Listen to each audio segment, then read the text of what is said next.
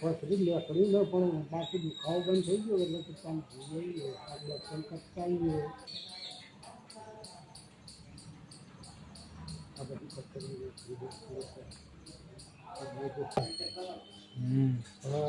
શ્રદ્ધા ના રાખે બીજું કશું ન કરે તો સચ હા એ તો સચ થોડી પથરી લેકડી થોડો 10 એટલી વસ્તી આવી બાટલે થઈ જાય છે ને